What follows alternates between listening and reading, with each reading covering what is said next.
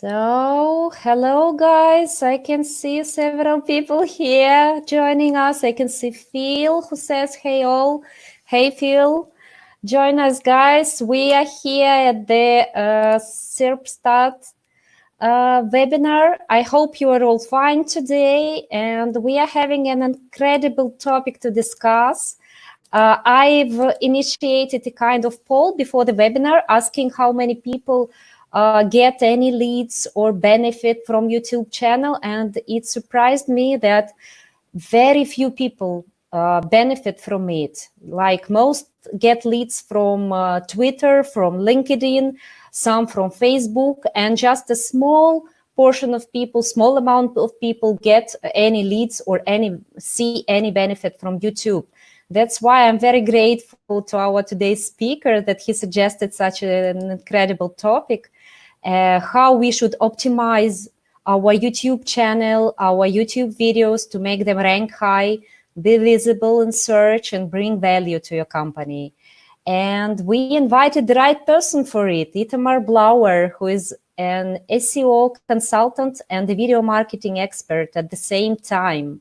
So I guess you will get the maximum benefit from it. And so I'm glad to welcome Itamar here. How are you, Itamar? How do you feel? Yeah, thank you very much, Frankie. I feel great. How are you doing? I'm fine. I'm great. I feel happy to be here and get some new ideas for me too, because we are like recharging our YouTube channel too, and we need we are in great need for good advice on how we should do it properly. So that's why I am very happy to be like a learner at this webinar too. So yes, can you start? We are ready to listen to you. Yeah, 100%. Yeah, we're ready. Great. All right. Thank you guys very much. Also, thank you to Frankie and Serpstat for hosting me today about YouTube SEO. And I think it's one of these topics that isn't talked enough about in terms of the digital marketing world. But obviously, this is going to be a great session. So thank you very much for joining me today. And I think based off that, we're ready to start. So let me get up the presentation here. And what we're going to do in this presentation is pretty much cover the differences between YouTube SEO and Google SEO. Sometimes people get the two confused. They think it's the same thing, which it isn't, and we'll explain that. Also, we're going to cover some of the main mistakes that people make with their YouTube SEO, so we'll go through them. And then, of course, we're going to go through how to correctly optimize your YouTube videos and your YouTube channel if you want to increase your rankings on YouTube. So with that, let's make a start here. And we're going to talk about first how YouTube SEO differs from Google SEO. And there are some key differences, with the first one being that YouTube is infinite scroll. So that means that unlike Google, where you have pages and you have the 10 organic rankings on each page, YouTube has an infinite scroll system, meaning that the more you scroll down, the more videos you'll end up seeing on your screen. So that's the first main difference. YouTube is also harder to monitor and harder to predict, which is unfortunate, I suppose, in some ways, when you're in SEO and you want to be able to monitor exactly how well you're ranking on YouTube, and also predicting how YouTube is going to rank your videos, because YouTube often change their mind a lot. And I've done my own experiments with my own videos and seen exactly how my videos can be ranking 5th, and then they can be ranking 1st, and then it can drop down. And so, you know, it's really hard to predict sometimes with YouTube. Also, the intent is a lot more different, because people are going on YouTube mainly for 3 reasons, right? They either want to be entertained, educated, or inspired. So that's really the kind of premise of why people make YouTube videos in the first place. But obviously, when we compare this to search intent on Google, for instance, it can be informational queries, it can be navigational queries, or transactional queries. So the intent from YouTube versus Google is very, very different. Also, another unfortunate thing with YouTube is that there are fewer resources to play with in terms of working with your SEO, which is why I'm going to show you exactly how you can do this properly and make the most out of what tools are available to us. So those are the key differences between YouTube and Google. Now we're going to move on to the most common mistakes that people make in terms of YouTube SEO from my experience. So the first mistake that people make is they will overlook keywords. For some reason, they just don't use keywords a lot of the times. And say the best example to give is if you record a video and you're a vlogger, for instance, so you do vlogging videos and you were out in Napoli or something. Let's just give a random example for the day. And you might say that your video title is like, here's what I did today, right? As your video title. And obviously we can see there's no keywords in there. You know, you're not specifying to YouTube about what the relevancy is of that video. And it's not just with your titles, it's with pretty much all metadata. Like a lot of people forget that you can use tags in your videos. Actually, a lot of people have told me that they didn't even know that tags existed, right? So, you know, your titles, your tags, your descriptions, these are all things that you can use keywords for in order to optimize them, which we will get into a little bit later. The second common mistake is being too broad. And the most important thing with YouTube actually is that you cannot target everyone. So when you're picking about the types of content you're going to make, generally it's best to stick to one niche. And I'll tell you why that's important. One of the ways that YouTube decides the videos that people see in terms of their watch history, for instance, is by looking at previous videos that these people have watched. So for example, if I'm a YouTube creator and I create videos about sport, right? So let's say I create all of my videos around a particular sport. If I have one video that's about a completely different topic, so let's say all of my videos about basketball, right? If I create one video about football, then somebody who sees that video about football may think that all my content is based on that, and maybe they might subscribe because of that, or this, that, and the other. But then if they start seeing on their homepage recommendations of my videos that about basketball, that's not really going to be relevant to them. That's not what they subscribed for in the first place, right? And then you're going to miss out on a lot of traffic there. You're going to have potentially subscribers who aren't going to engage and aren't going to watch your other videos. So that's why it's really important to not be broad. Pick a specific niche and go with that.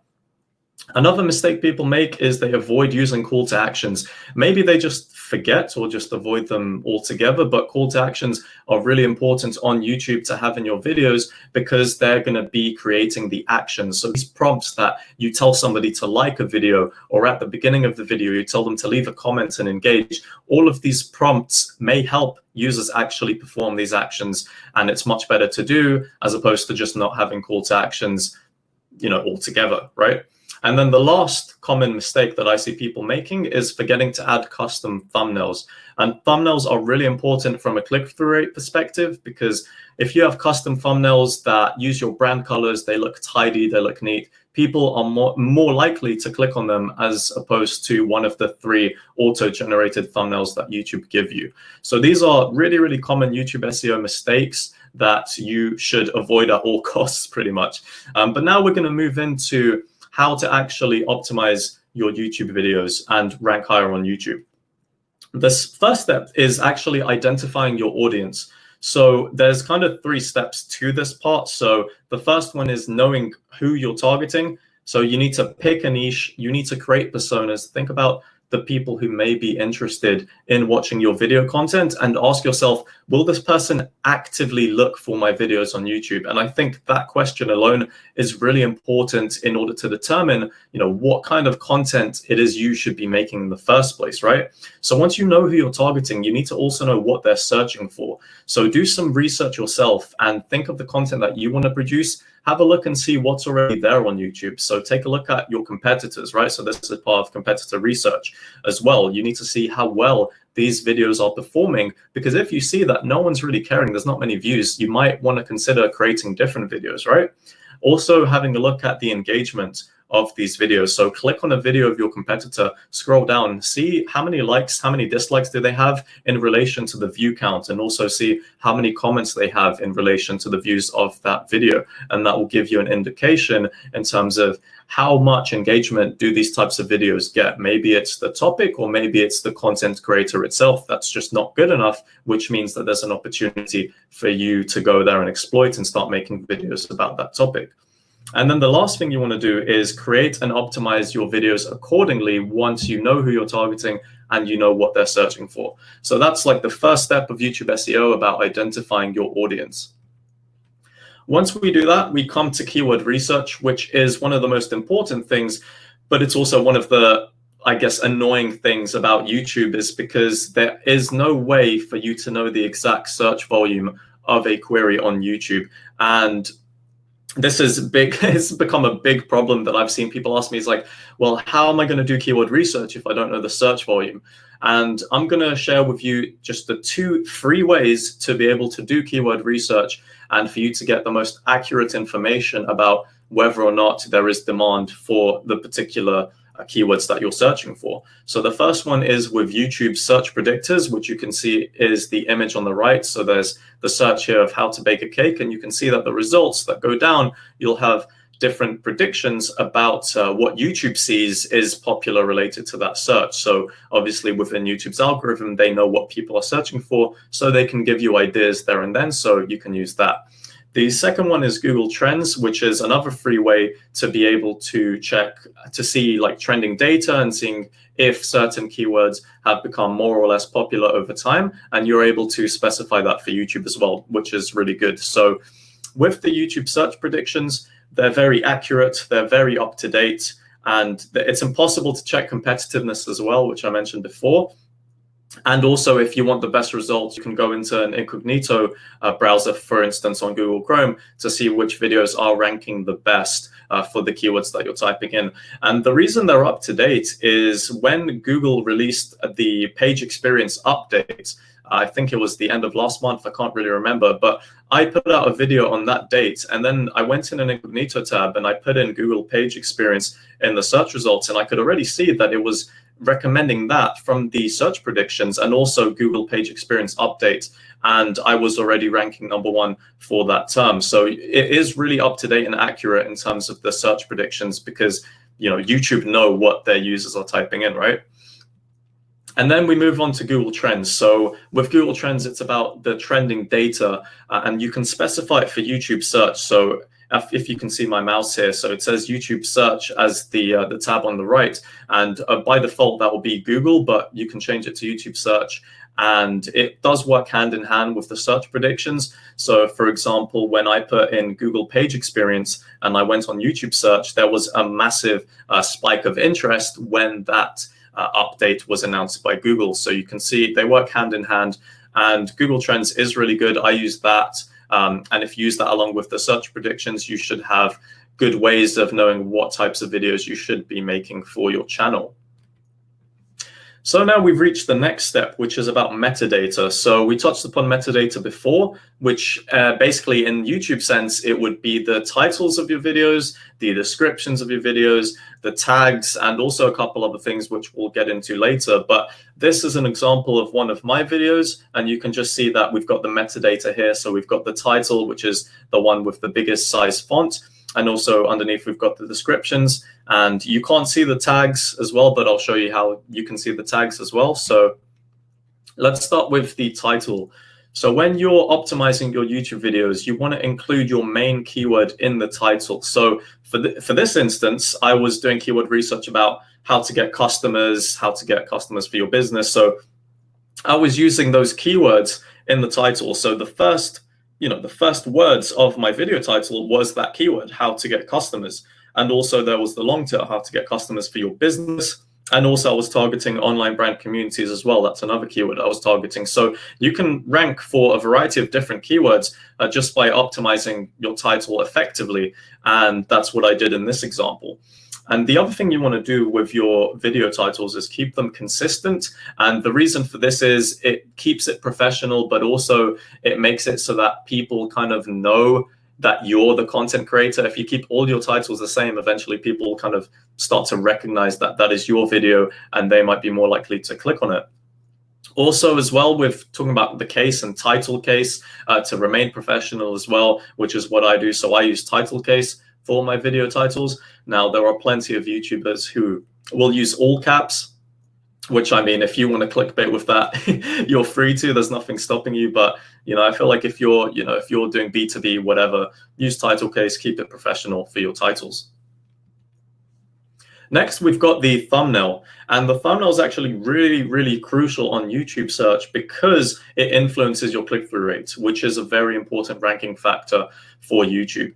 So if your thumbnails are relevant and they're consistent and they're clear, you will have people clicking on them most of the time, right? But the reason why they must be relevant is because if the thumbnail isn't relevant to the video, people will start watching it and then they will click off the video. And that is going to be terrible for your watch time, which is another very important YouTube ranking factor in terms of engagement. So make sure that your thumbnail is relevant to the video itself. You know, if you want to make it clickbaity or whatever, at least make sure that whatever's in the thumbnail is actually related to that video. As the other point with the titles, you want to keep the thumbnails consistent because, like I said before, if you're using the consistent brand colors, things like that, then people will recognize that this is a video from a specific channel. So for example, with my thumbnails, I always have the kind of same background and the text is very similar so that people, when they're on my channel, they see it looks really nice, really professional, really consistent.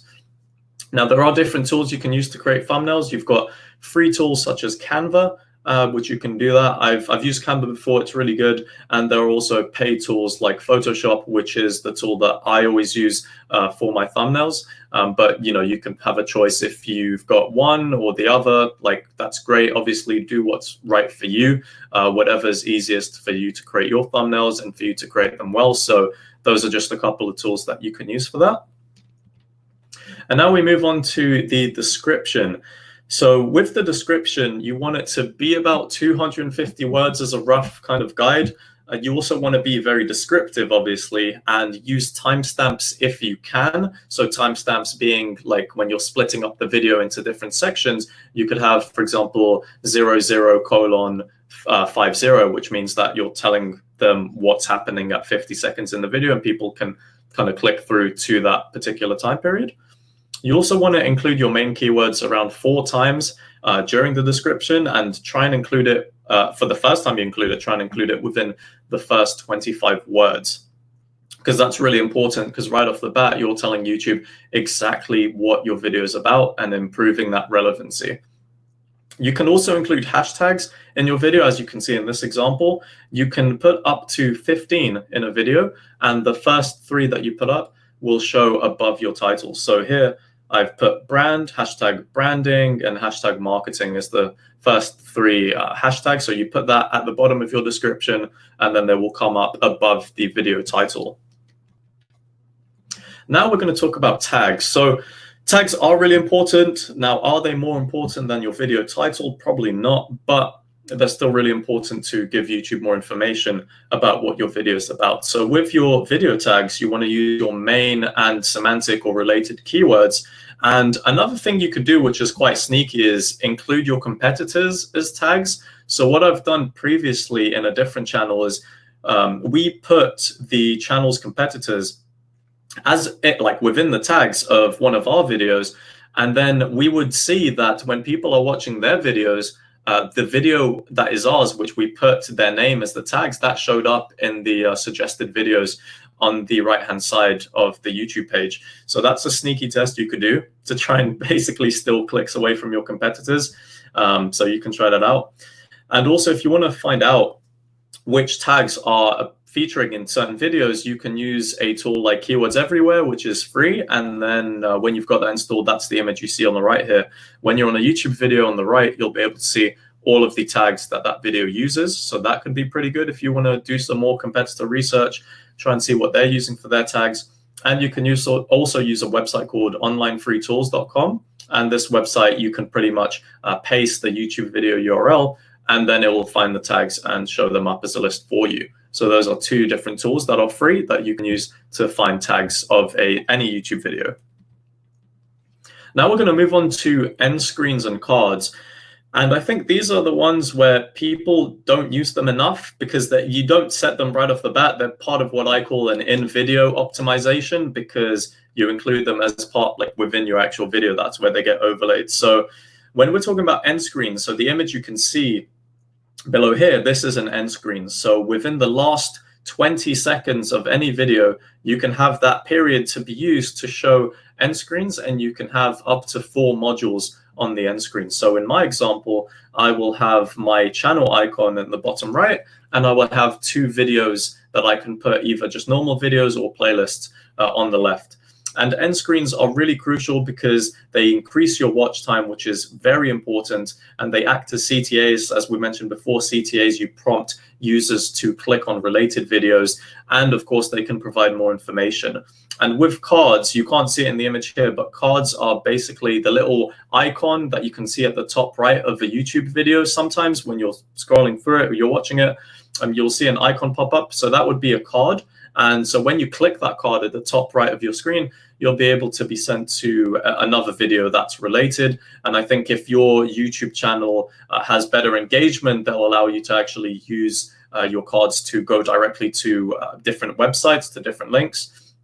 But cards are also really good if you're talking about a particular topic and you've got another video that's relevant, then you can add the card there and people could click through to that to get more information. So if you're not using cards and end screens, I highly recommend you do. They're really important to help increase your watch time and pretty much get more people to watching your videos, to engaging more on them. And because YouTube knows, for example, YouTube will know if people click on a card or if they click on one of the modules on your end screens. So all of that is signaling engagement to them. So definitely make the most out of cards and end screens.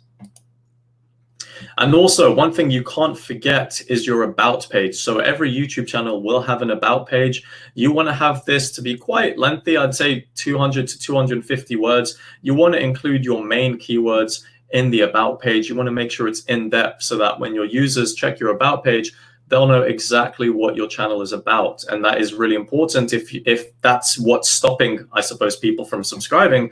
Having a good, relevant, in-depth about page may, get people to subscribe, take action, or continue watching your content. Also, you've got links. So you can add your links here as well. It could be your website, social media handles, whatever. I would always keep the first channel link going to the website because obviously, if you're selling stuff on your website, you want to get leads, then, make it easy, make it prominent for people to see your website as your channel link. And when people are on your YouTube channel, on the banner, so the thing that you can create at the top, you'll see the links there to the right-hand side of that banner. So don't forget about your about page, optimize it as best as you can. And, that's one way to do it, really.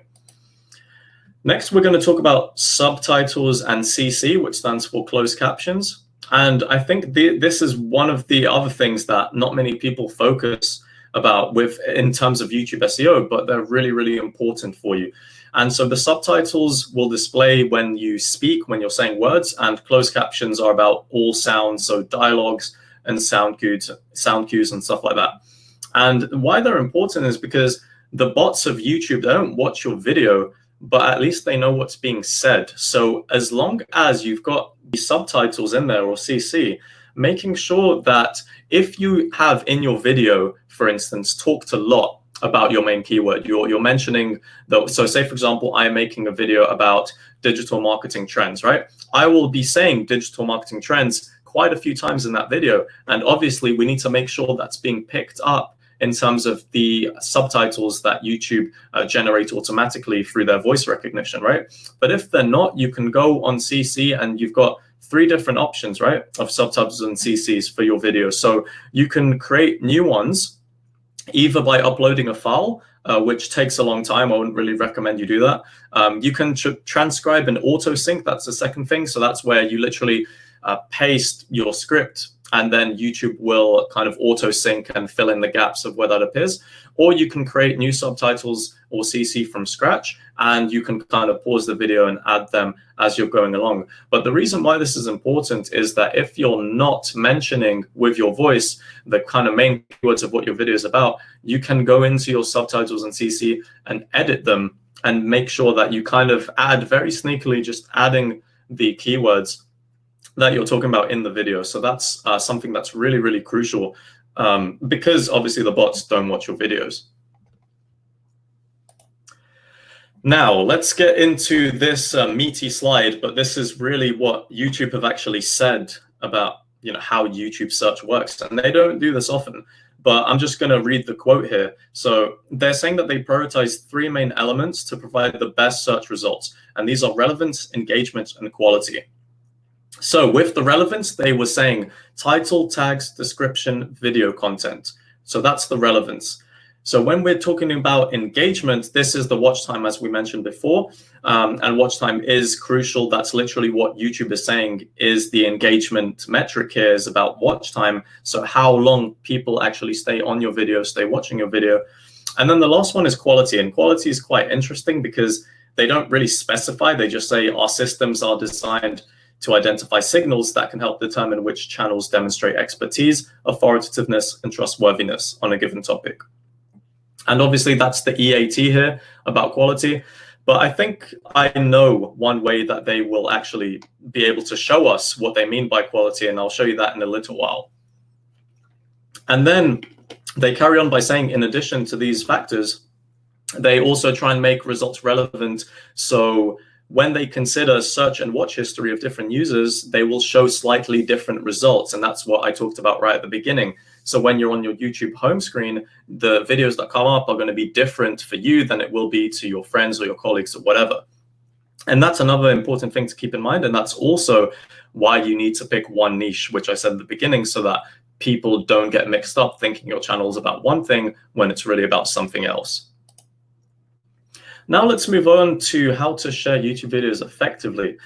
So I would say use your professional network, but only if they're interested in your content. So what I mean by this, don't just go on LinkedIn and start spam messaging everyone in your connections about your YouTube videos. It's important to really be specific about who sees your videos, about who you share them to. You can also use the videos to add value in different forums like Reddit and Quora. And this is something that not many people do, but they can really get you good targeted views and people who are more likely to want to engage and maybe subscribe to your channel. If you are sharing to other social media platforms like Twitter, LinkedIn, Facebook, consider rendering different bite-sized clips and upload them natively. So what I mean by this is if you have a 5-minute YouTube video, nobody's going to sit and watch a video for 5 minutes on Twitter and on Facebook and on LinkedIn. They don't have the time. So you might want to render a minute clip. So 60 seconds of that clip, render it and upload them natively, which means don't just put the link of the YouTube video, actually upload it directly onto the platform. And then you would add a comment or another tweet or whatever it is that you will have the full link of the YouTube video there so people can click through, and you're kind of doubling up your engagement, right? So you're getting engagement from the native uploads on these platforms like Twitter, LinkedIn, Facebook, and then you're getting more engagement and people watching the full video on YouTube. Another thing you can do is the discussion tab on your YouTube channel. You can go on it and entice conversations, start creating talk amongst your community, and you can see that people may comment and like and engage with that. So that's how to share your YouTube videos effectively. And now, the last thing we want to get into is how YouTube is always testing new features. And so this is something that I got like a month ago. When I finished watching a video, I was prompted with this on the homepage, and YouTube was asking me what I thought about that video. And so it asked me to rate it from 1 star to 5 stars. And that used to be before the like and dislike features on YouTube. That would be the way people would rate videos. It would be 1 to 5 stars. But then they asked also to tell us why. And I feel like with this relates more to the quality part of what YouTube said about how their search works. I think this relates to quality. So maybe in the future, they will be asking us more about this. We'll see this more prominently for YouTube to understand exactly the quality of a type of video in terms of how informative it is, how, about the EAT. So I think that's one way that YouTube try and kind of get this information from us. And obviously we never hear about YouTube algorithm updates, but I still predict that engagement is going to be the fundamental part of YouTube SEO, and how YouTube will continue ranking some videos higher than others if they have better engagement metrics, such as your watch time, for instance. And that is it. So thank you guys for listening to the presentation. Now, I did get some questions that I do want to answer. And just before I answer, I just want to say, if you want to connect with me on social media, all my handles are on the screen. And now I'm going to start answering the questions. And we did get quite a few. And obviously, we're going to answer some of your questions as well once I finish answering these ones. But the first question is, what are the top ranking signals on YouTube? And so for that, that's what we mentioned before. So your relevancy, engagement, and quality. So that's what YouTube have said are its top ranking signals. But I think generally speaking, making sure you've optimized your metadata and making sure that you've got good watch time and good engagement metrics, getting people to like and getting people to comment and subscribe after watching a video, all of these signals will help YouTube into identifying that your video is the best for that particular search query. The second question we've got here is, which video platform can I use because I'm a beginner in video marketing? Now, in terms of video platform, I'm going to assume you're talking about video hosting platforms. So there are many platforms out there. It's not just YouTube. There's Vimeo, there's Dailymotion, right? So there's lots of different types. But if you're starting off, I would definitely go with YouTube. Just because, not just because it's owned by Google, right? But also because it is the most popular and you will have the most success in terms of being found. And if you're trying to generate leads as well, then I would definitely stick to YouTube. The next question is, what is the future role of YouTube to sustain reliability of the published information?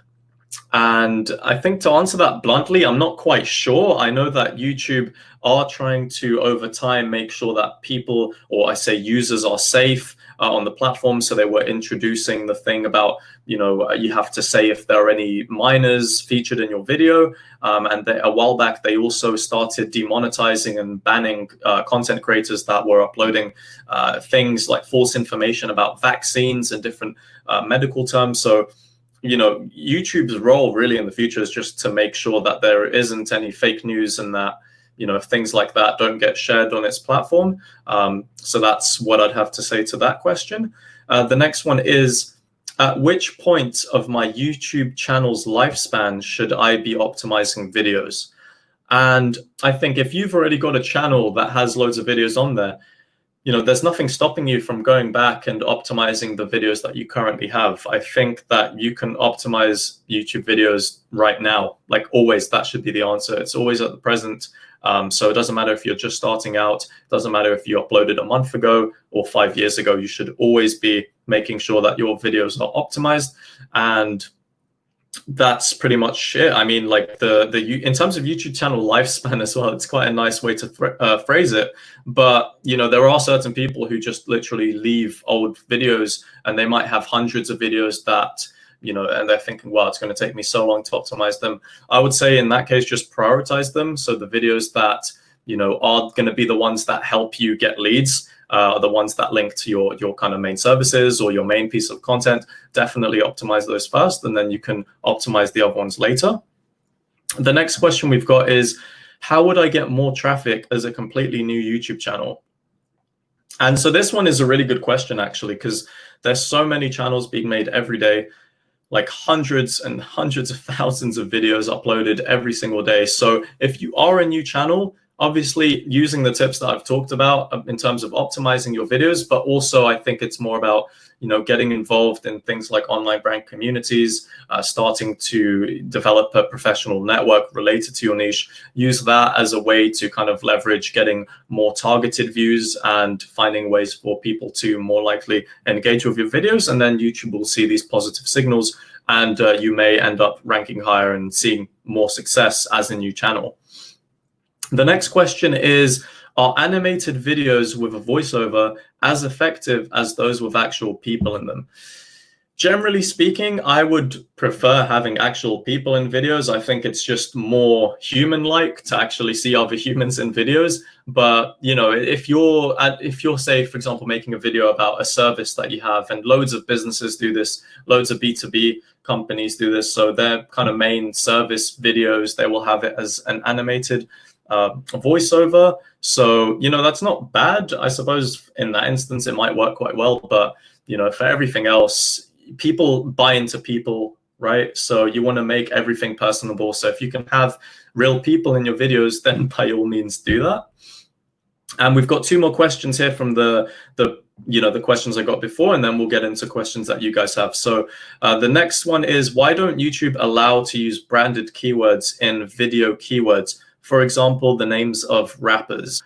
I don't think they don't allow it. I mean, if you, for example, search a guitar cover of a Led Zeppelin song, you will see most likely Led Zeppelin being featured in the video tags, right? So I don't think YouTube actually ban branded keywords. Like, they don't, they do allow them. I don't know where you heard that. I'm pretty sure they allow them. And then the last question I've got here is, as most of the channels are not performing that well, what is the first thing that needs to be done to show results immediately? So what I get from that, so you're saying if your channel is not performing well, what's the first thing you need to do to immediately show results? Well, the immediate thing you can do is improve the relevancy, right? So you would be optimizing your metadata. So your tags, your titles, descriptions, checking your subtitles.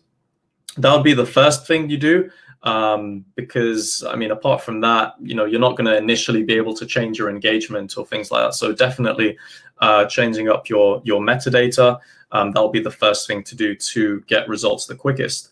And on that, I'm going to stop the presentation there, and I think we'll get into the questions that you guys have in the chat.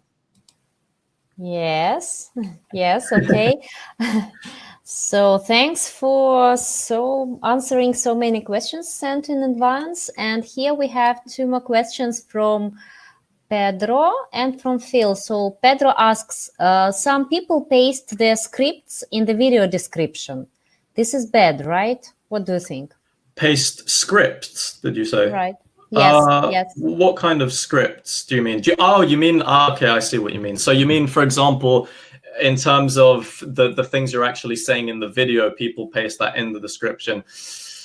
I mean, yeah, it's not really best practice. It's kind of a waste because, why would somebody want to watch the video if they can just check the description and just read everything? Like, you might as well just have a blog post, right? So, with your descriptions, you want it to be enticing enough for people to actually take action and watch the video. Because let's think about it this way. If you've got the script there, somebody's going to pause the video at 5 seconds as soon as they realize this, and then they're just going to read the script, click off your video, and then your watch time is going to go down the drain, right? And then YouTube's going to think, well, this user paused the video at 5 seconds. They didn't watch the rest of the video. What's YouTube going to think about that? They're going to think that this video isn't relevant for that search query. So yeah, I would definitely not be pasting full scripts in your descriptions. What I would do is just have little teasers, right? So you include your keywords, you tease people into getting more of an overview of what the video is about, and then that's what you should have in your description.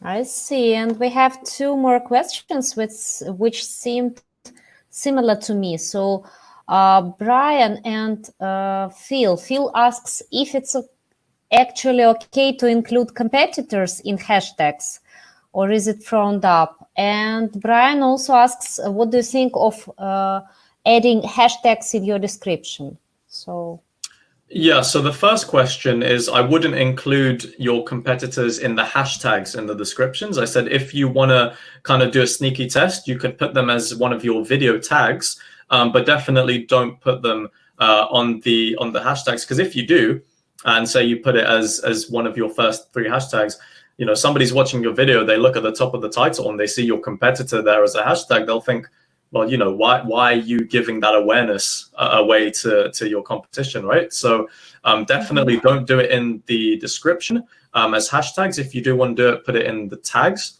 Only one of the tags could just be a name of your competitor. And what was the second question? And what about adding hashtags in your description? So any hashtags, how do you? Yeah. Adding hashtags, absolutely. I mean, hashtags was a feature that YouTube introduced.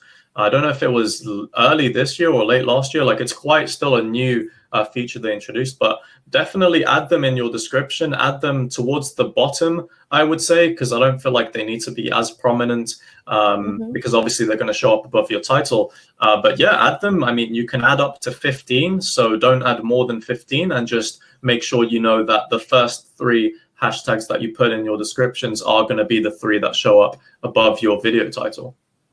I see, I see. We don't have any more questions by now, as far as I can see.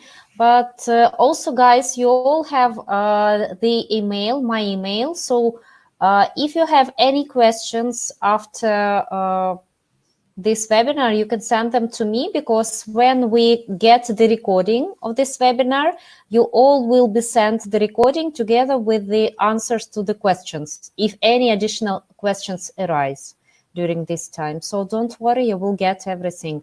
By now, Itamar has answered all the questions which he received in advance and at the chat. So if you have any more, you can send them and you will receive your answers for sure. So Phil wrote, thanks, Itamar.